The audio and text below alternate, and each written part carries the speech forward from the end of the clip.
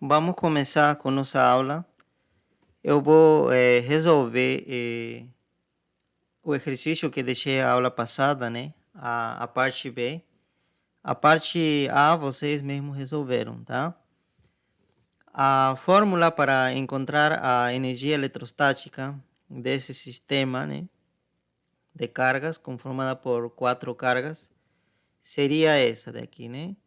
Claro, nesse caso, o N já não seria, né, N, sino seria 4, né? Porque nós temos 4 cargas. Então, a somatória iria de 1 até 4.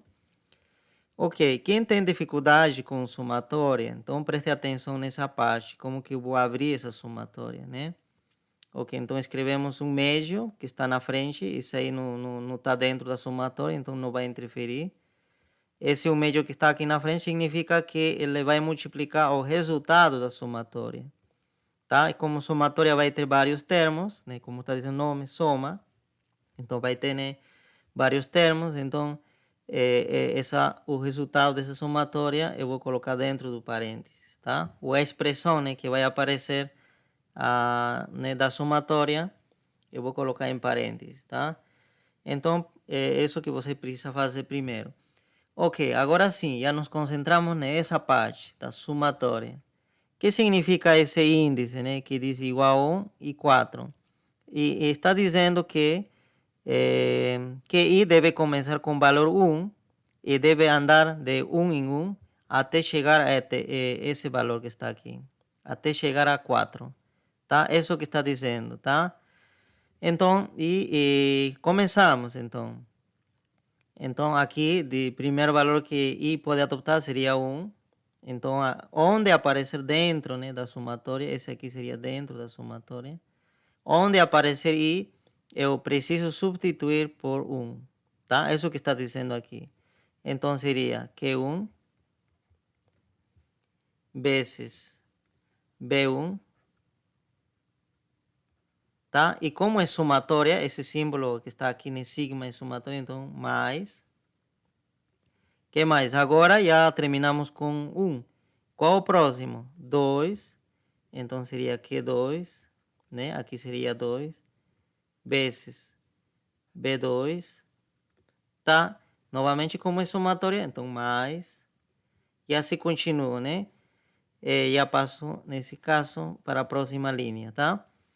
Então, quem seria? Agora seria, já foi 2, agora 3. Que 3, multiplico, B3, mais, né? Quem? Agora já foi 3, agora tem que ser 4. Que 4, B4. Mais, podia dizer, né? Só que o I termina em 4, então já está, já é 4. Então, aí não precisa mais. Aí fecho o parênteses, tá? Eu passei para a próxima linha aqui, pessoal, é só porque aqui não está dando para escrever, tá? Mas aqui você pode escrever na mesma linha tudo, tá? Pronto. Então, já nós temos a nossa fórmula. Eu acho que poderia melhorar isso aqui, colocando dessa forma. Ok, eu consegui ajeitar melhor, né? Essa expressão aqui. Eu acho que assim fica mais claro, tá? Em que se transforma essa somatória, né? Essa somatória, então, se transformou em todo que está aqui dentro do parênteses, tá? E o médio justamente vai multiplicar todo esse resultado. Ok. O que eu preciso calcular primeiro? Eu preciso calcular, né, o potencial na posição da carga Q1, esse aqui. Depois o potencial na posição da carga Q2 e assim, né? Na carga Q3 e na carga Q4.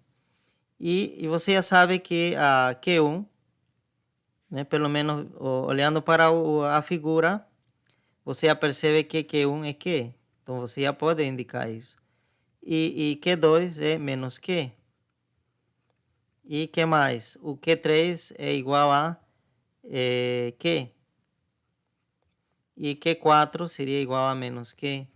Então, a gente já pode substituir nessa expressão e aí simplificando algumas coisas, né?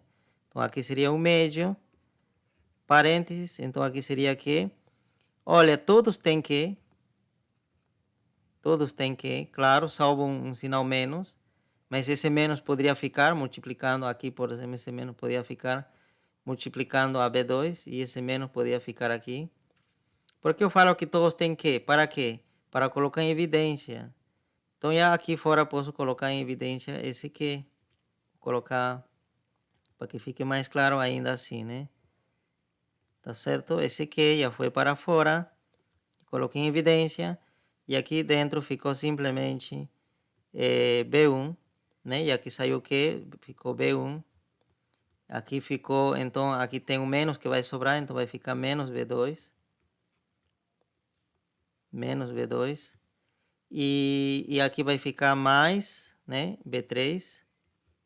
E aqui vai ficar novamente menos B4. Pronto, né? Fechamos. Já fica bem mais simples, tá? A única coisa que está precisando agora é saber quanto vale B1, B2, B3 e B4. Vamos então a essa parte, né? Vamos determinar o B1. B1 seria, né, o potencial nesse ponto aqui, nesse ponto, onde está parado a carga Q1, devido ao resto. Sempre assim, devido ao resto, né? Devido a Q2, a Q3 e a Q4. Então vamos começar então com Q2, nessa ordem, tá?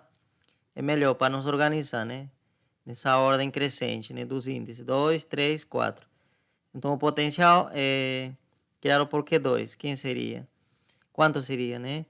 Seria, né, a constante Q2, né? Porque ela que vai produzir onde? Nesse ponto. Que distância está? Inicialmente a gente podia chamar de R, né?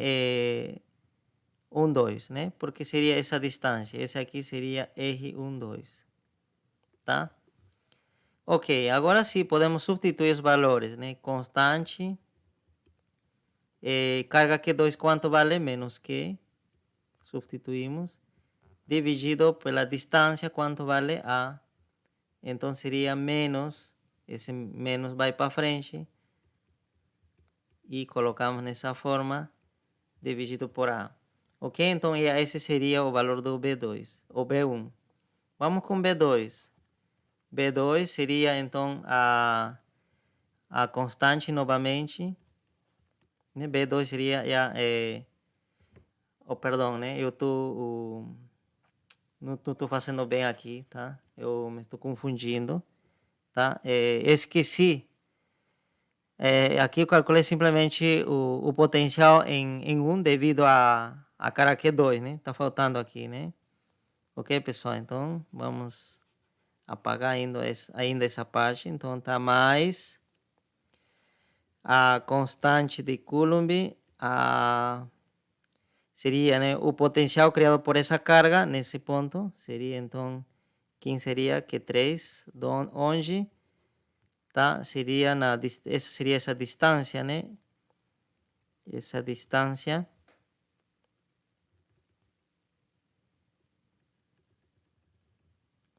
Então, seria na posição da carga Q1, que está a uma distância, vamos chamar nesse caso, denotar como R13, né? Então, R13. Mais, que mais? Aqui, né? A constante de Coulomb. Quem vai produzir o campo agora? O potencial, seria aqui 4. Tá certo? Onde? Na posição da carga Q1. Então, seria R1, 4. Tá certo? Então, seria essa distância, 1, 4.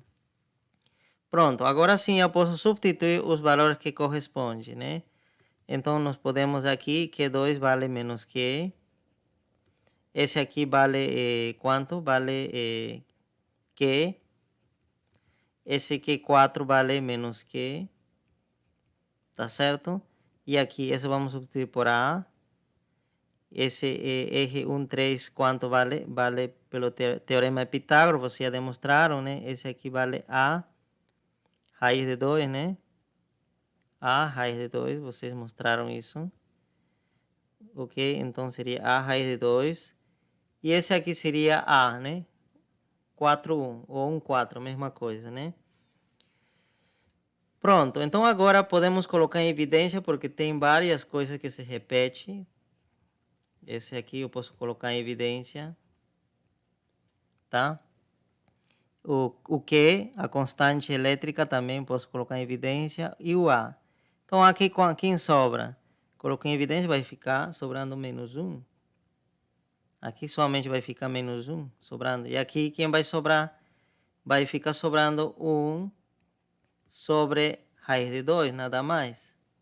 Porque esse A também eu coloquei em evidência.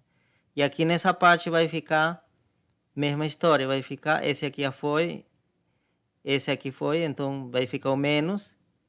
E aqui A também foi em evidência, então vai ficar menos 1. Então aqui vai ficar menos 1. E com esse menos 1 vai ficar menos 2. Tá certo? Então esse seria o B1. Tá? Nós terminamos o B1. Então vamos agora com B2. Agora sim, né? B2, tá? Eu acho que a gente poderia fazer um pouco mais rápido, né? O B2. Então seria o potencial aqui. O potencial aqui seria devido agora a Q1, a Q3 e Q4, tá? Então seria, né? Vamos começar então com isso. Seria a constante, perdão, a constante de Coulomb e a carga Q e a distância A. E vamos colocar rapidamente isso. Agora aqui mais o Q3 que está aqui seria a constante, a carga dele Q e a distância A. E agora Q4. Q4 seria, né? Constante de Coulomb. A carga dele é menos Q, então eu coloco aqui menos. A distância seria, essa distância seria novamente a diagonal do quadrado. Então vai ser a mesma coisa que a raiz de 2. A raiz de 2. Pronto, né? Então, nessa parte colocamos em evidência novamente, tá? Então, se a gente colocar em evidência, tá? Vai ficar o seguinte, constante de Coulomb, a carga, A. E aqui vai ficar, então se eu colocar em evidência tudo isso, vai ficar 1. E aqui também vai ficar 1, e com esse 1 que está aqui vai ficar 2. E aqui no outro lado vai ficar 1 sobre raiz de 2. Tá? Então é isso, né? Agora sim, nós podemos apagar essa parte, né? E juntar esse resultado. Salvar esse resultado que nós temos. Tá? Pronto. Então, da mesma forma, nós podemos encontrar o V3 agora. O V3. Então, seria, né? V3. Seria o potencial aqui. E devido a quem? Seria a esse e a esse, né? Ao resto. Então, primeiro, vamos começar com isso. Então, seria isso daqui. Eu vou colocar já em evidência aqui também. Vai ficar simplesmente isso, esse fator aqui, então, devido a esse, né? Em onde nós estamos aqui. Não vai ficar isso, né? Vai ficar 1 sobre raiz de 2. Tá certo? Né? Seria... porque tem essa distância, né? Que separa de Q1 a Q3, seria essa distância maior, né? A raiz de 2. Tá? Então, aqui no denominador apareceria a raiz de 2. Seria isso, né? Porém, como vou colocar em evidência essa parte que vai aparecer, você vai repetir como nesse caso, né? Então, esse aqui quadrado eu deixo dentro. Mais quem? Agora vamos com essa, né? Seria então esse daqui, mas ela como tem carga negativa, vai gerar um potencial negativo, então seria menos. E uma distância A, então vai ficar menos 1. E essa aqui vai produzir também menos 2, menos 1. Então vai ficar menos 2. Tá? Essa parte estou fazendo, acelerando um pouco, tá? Para, né, para economizar tempo, tá? Mas vocês podem fazer com mais calma isso, tá? Então B3 fica isso. Parecido, né, a B1. Por quê? Por que parecido a B1? Porque tem simetria. O Q1 e Q3 estão nas posições simétricas. Tá certo? Por exemplo, o Q1 vai ver a mesma coisa, que vai ver na parte axial, né, nos lados, cargas negativas. E na frente dele vai ver uma carga positiva. E Q3 vai ver a mesma coisa, olha, no lado, para a esquerda e para a direita, ele vai ver cargas negativas. E na frente, carga positiva. Por isso que B1 e B3 têm a mesma forma, tá? Olha, essa parte é o mesmo que está aqui. Simplesmente a ordem está invertida. E B4, com certeza, como que menos Q1, perdão, carga Q2 e Q4 também estão nas posições, né, são simétricas, essas cargas, então o B4 também vai ser idêntico a isso. Nem preciso calcular. Tá claro, né? Vocês podem calcular, não tem problema, porque tá, é experiência isso, né? Eu estou fazendo isso mais rápido porque tenho certa experiência, tá? Tá? E se você também entender dessa forma, tudo bem, tá? Então, igual, né? Idêntico. Você pode conferir que vai dar a mesma coisa. Pronto, né? Então, agora sim, nós podemos substituir aqui na fórmula inicial que nós tínhamos aqui. Tá? Então, era que médios, abro parênteses, B1, quanto seria esse daqui, né? Quem mais? Com quem vou somar? Com B3.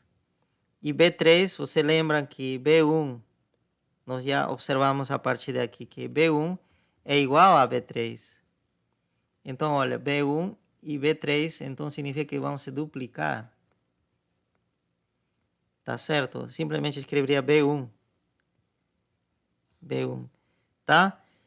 Por quê? Porque esse daqui vai ser igual a B1. E mesma coisa, B2 e B4 são iguais, né? Falei para vocês. B4 é igual a B2, tá? Vai dar a mesma coisa, então aqui posso chamar de B2. Então aqui seria, né? Esse B2 e esse B2 seria menos 2B2. Ok, tá certo? Então, simplifico esse aqui, coloco em evidência esse 2 e vai simplificar com esse 2 que está aqui.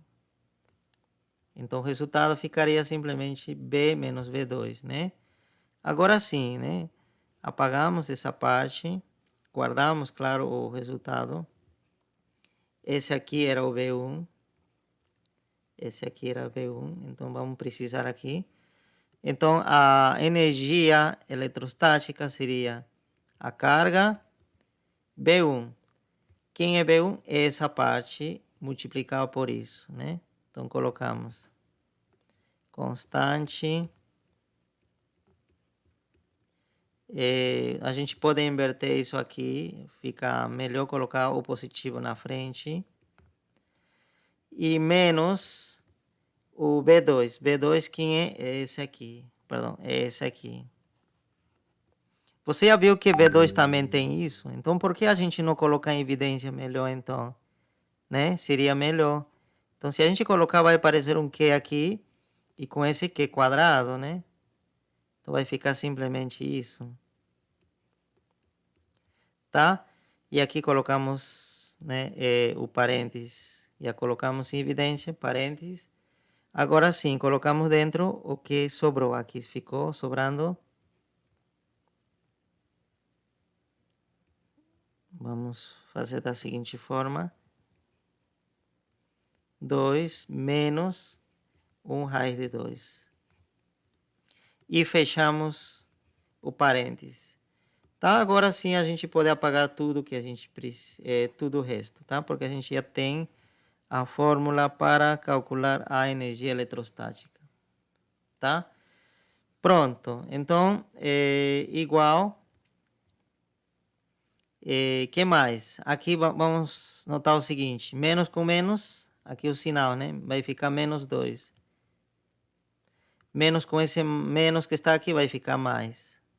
Vai ficar isso, tá? Então, tiramos esses parênteses aqui, então nós temos já essa expressão aqui. Então, seria, né? A energia eletrostática seria, né? Essa expressão aqui. Agora sim, olha, nós temos esse termo duas vezes, aqui, então vai ser 2 vezes. 2 vezes raiz de 2. E aqui teríamos menos 4. Podemos colocar em evidência um 2 aqui. E aqui ficaria 1. E aqui ficariam 2. Pronto. Essa seria a resposta que a gente estava procurando. Tá certo? Então, esse daqui seria a energia eletrostática.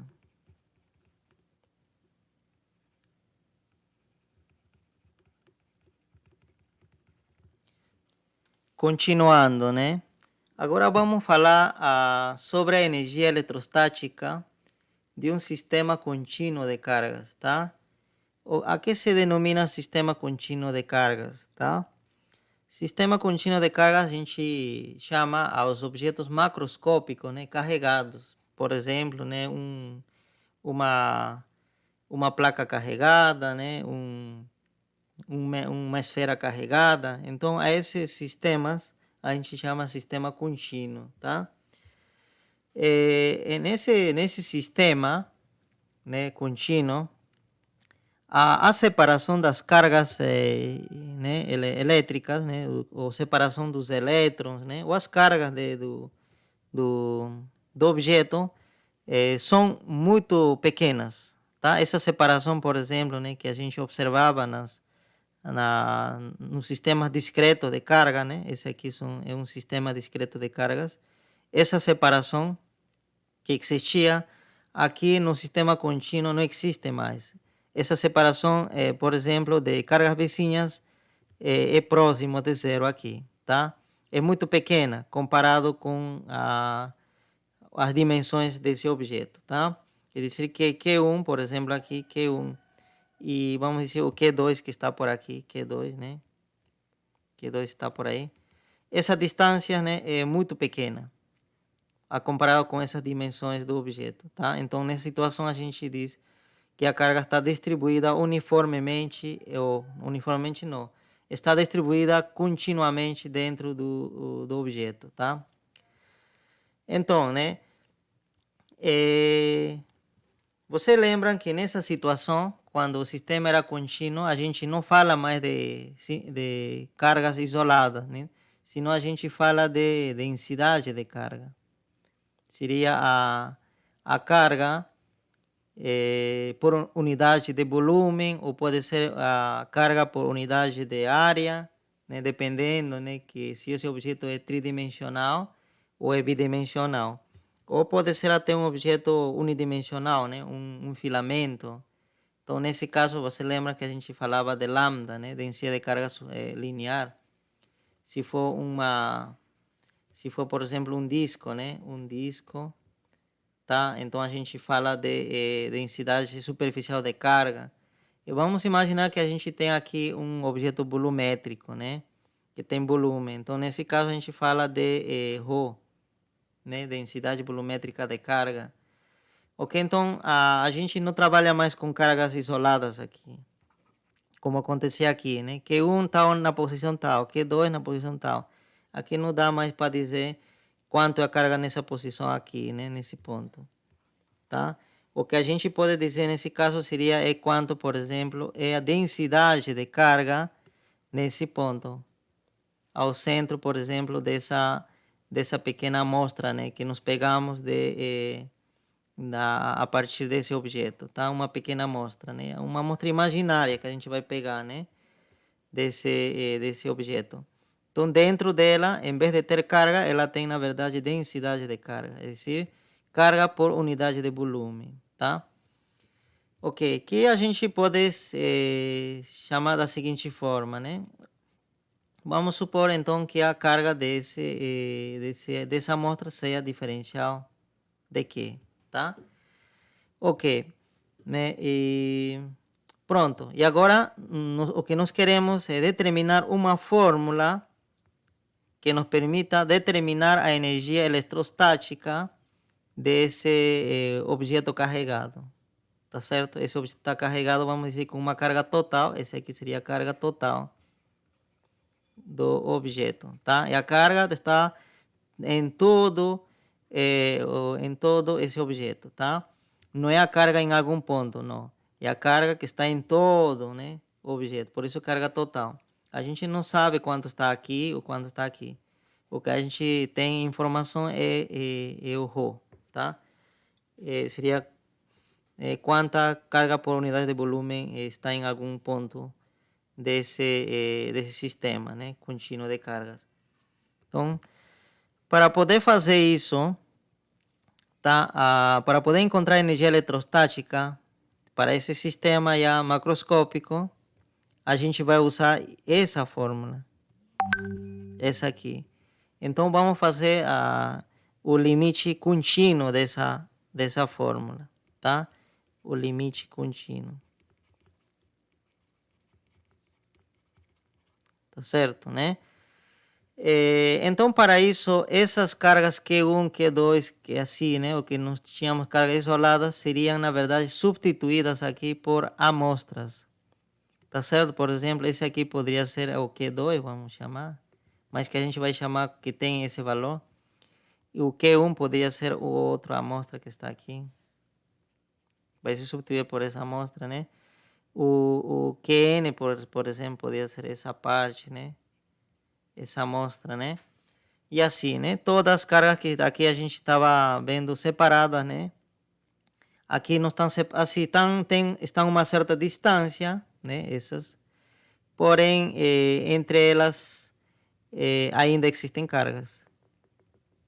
Aqui não, né? Você lembra, entre Q1 e Q2 não existia nada, era um vácuo, né?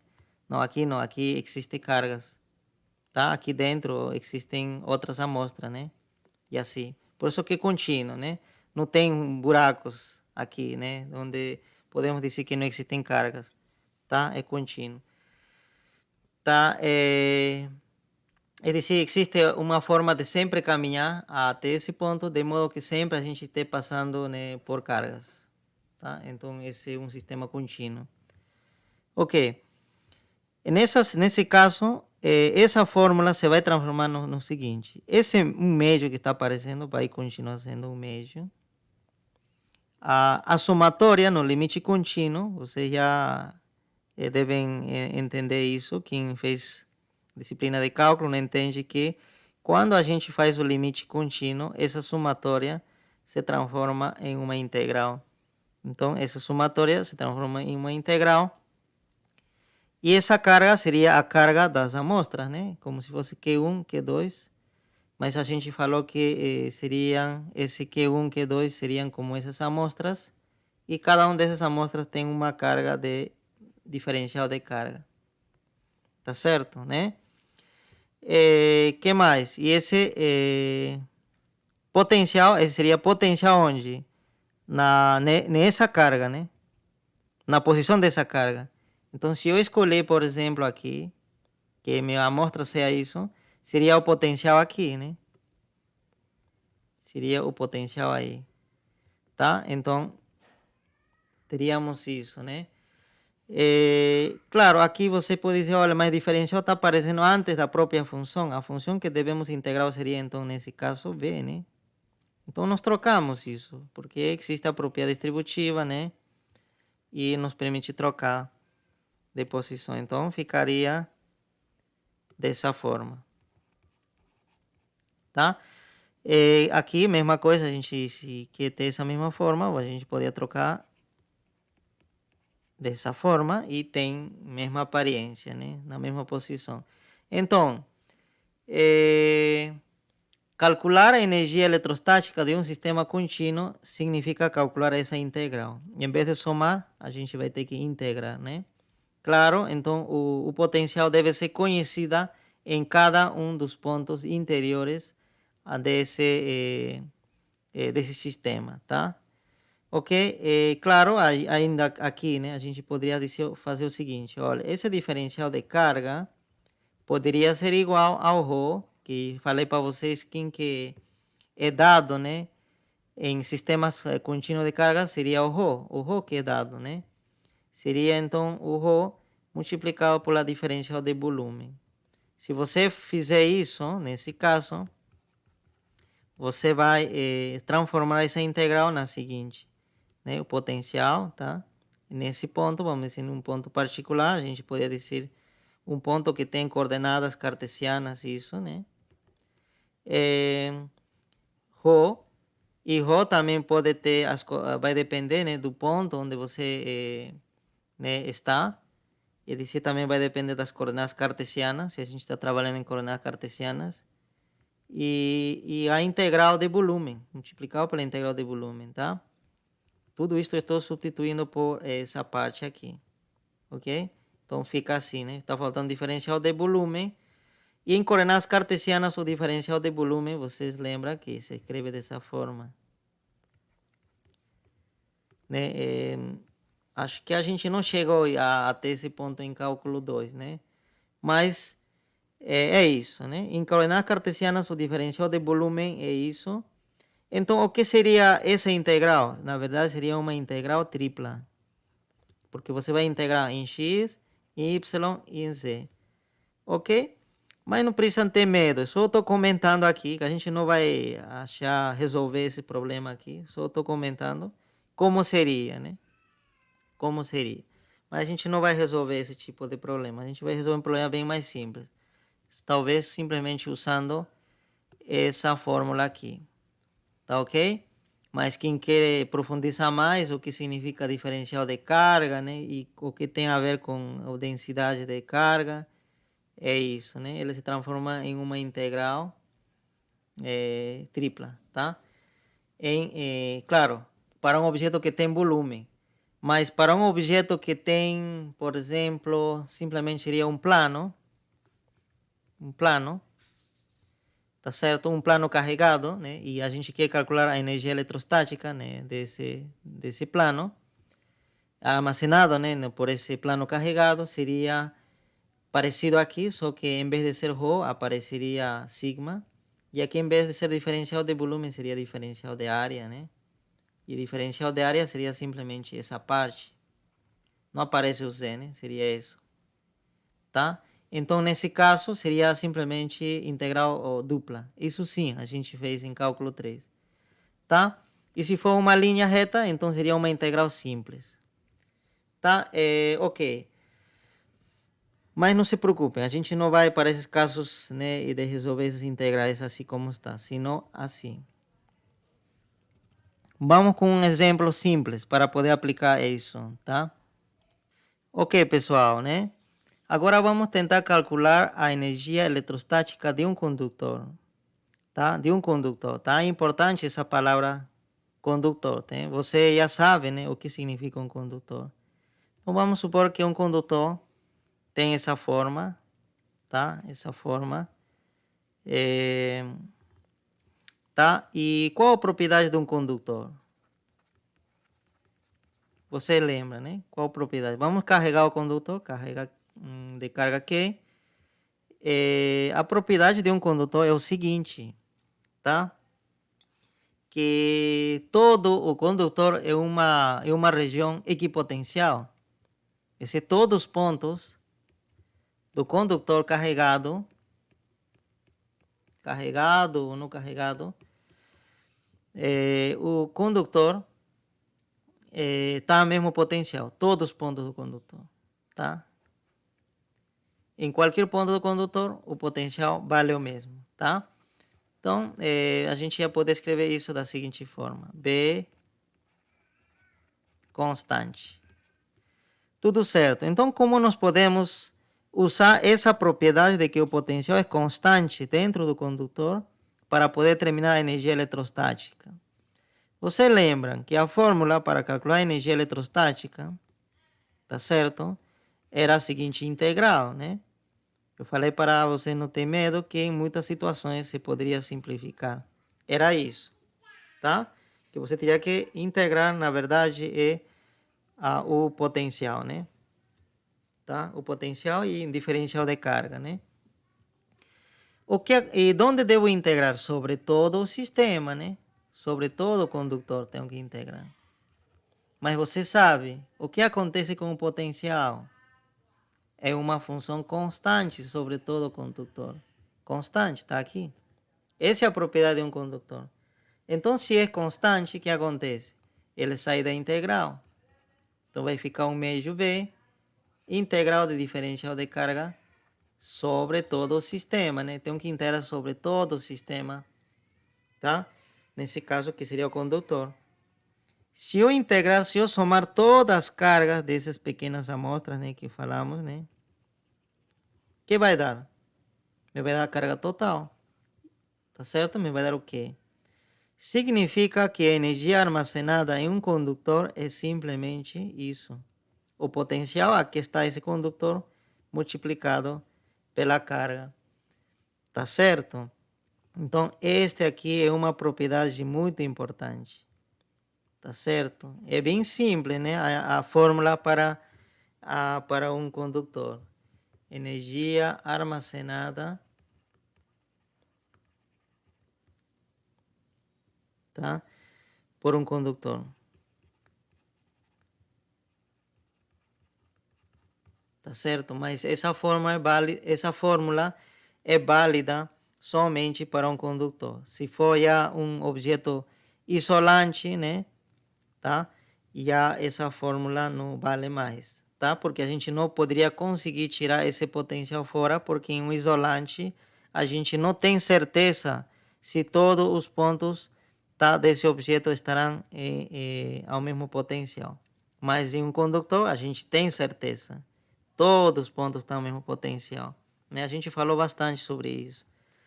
Ok? Então, é isso, né? Toda vez que eu pedir, olha, determina a energia eletrostática de um condutor, o que você precisa saber?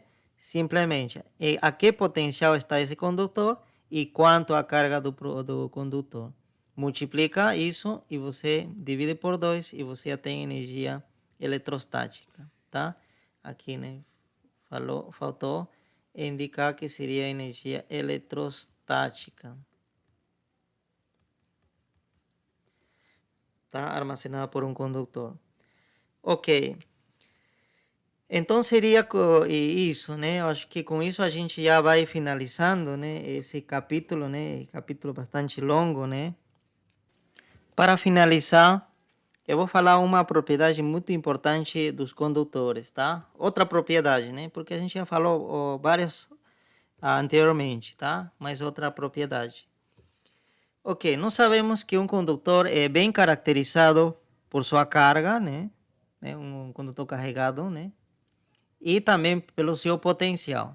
Sabendo as duas, a gente já sabe sua energia potencial, por exemplo, né?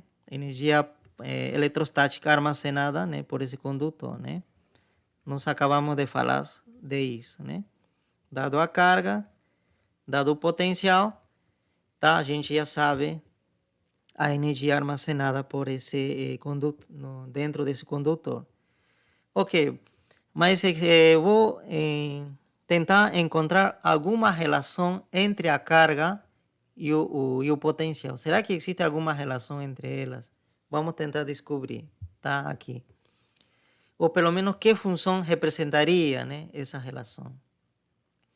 Ok, para isso eu vou usar o conceito de princípio de superposição, né, que nós falamos em algumas partes já dessa disciplina. Ok, então vamos supor que nós temos dois condutores idênticos, tá certo? Idênticos na mesma carga. Então, se tem a mesma carga, deve produzir o mesmo potencial também, tá certo? Ok? Idênticos, mesma forma. Ok, então o que a gente vai fazer? Vai somar elas, imaginariamente, claro, né? E vai juntar elas. Então, o que se vai formar quando a gente juntar elas? Tá? Esses condutores. O que vai formar? Pelo princípio de superposição, tá certo? O que vai acontecer é o seguinte. A gente escreve primeiro, né? Pelo princípio de superposição. Tá certo? A carga total, então nesse caso, né, o que vai acontecer? Você vai somar. Então vai dar 2Q. E vocês sabem que o potencial também cumpre o princípio de superposição. tá certo? Um potencial aqui, em um ponto, será potencial devido a essa carga, mais devido a essa carga, né? Tá certo? Então, o que vai acontecer o potencial dentro do condutor? Você vai duplicar também, porque seria, né? Um V devido a esse condutor e outro V devido a esse condutor. Então, você vai duplicar, tá certo? Então, vamos ter um potencial 2V que corresponderia a uma carga 2Q, tá certo? E se a gente tiver mais um condutor aqui, idêntico também, né? Da mesma forma, com carga Q e potencial V, o que vai acontecer aqui vai aparecer 3Q e o potencial também vai ser 3V. Significa o seguinte, que toda vez que a gente duplicar a carga, o potencial também se duplica. Se duplicamos a carga, triplicamos a carga, o potencial também se triplica. Quadruplicamos, o potencial se quadruplica. Isso nos leva a acreditar no seguinte, que a carga de um condutor é proporcional a quê? Ou, perdão, ao contrário, né? O potencial é proporcional a quê? A carga. Tá certo? Porque se duplicamos a carga, o potencial se duplica. Triplicamos, o potencial se triplica. Tá certo? E como se pode escrever isso matematicamente? Que o potencial é uma constante vezes multiplicado pela carga. Tá certo? Então, esse aqui é uma propriedade dos condutores. Tá certo? É dizer, o potencial a que se encontra um condutor sempre será proporcional à sua carga. Tá? E esse aqui é uma constante, esse alfa que está aparecendo, é uma constante, nesse caso, constante de proporcionalidade. Tá certo? Tá? Essa constante, sim, vai depender de quem? Da forma do condutor, talvez, né? Tipo de condutor, tá? Isso sim, a gente não sabe, não tem conhecimento. A única coisa que não sabemos é uma constante. Não vai depender da carga, tá? A que se encontra esse condutor. É uma constante, é um número. Pode ser 2, 3, é um número, tá? Claro, e deve ter suas unidades adequadas também, né? Mas existe essa relação, que seria uma função linear, né? Esse aqui seria uma função linear que liga o potencial com a carga. Muito bem, então, tá certo? Q e B não são, vamos dizer, variáveis independentes ou quantidade independente. Não são.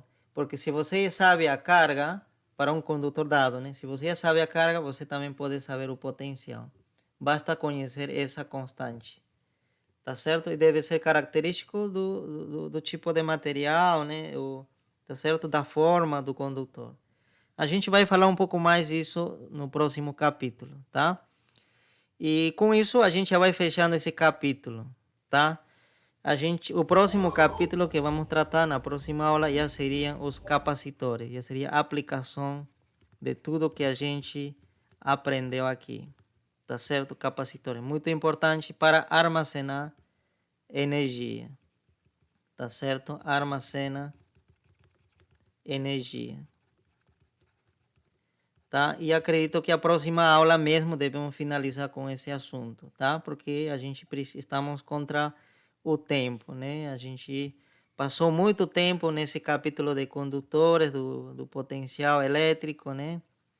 E passou, acho que algumas semanas, mas eu acredito que vale a pena de ter passado bastante tempo, porque eu acredito que com tudo isso, entender capacitores vai ficar bem mais simples, mais leve, ok? Porque é uma aplicação de tudo que a gente aprendeu nesse último capítulo que fizemos, tá? Então finalizamos nossa aula aí.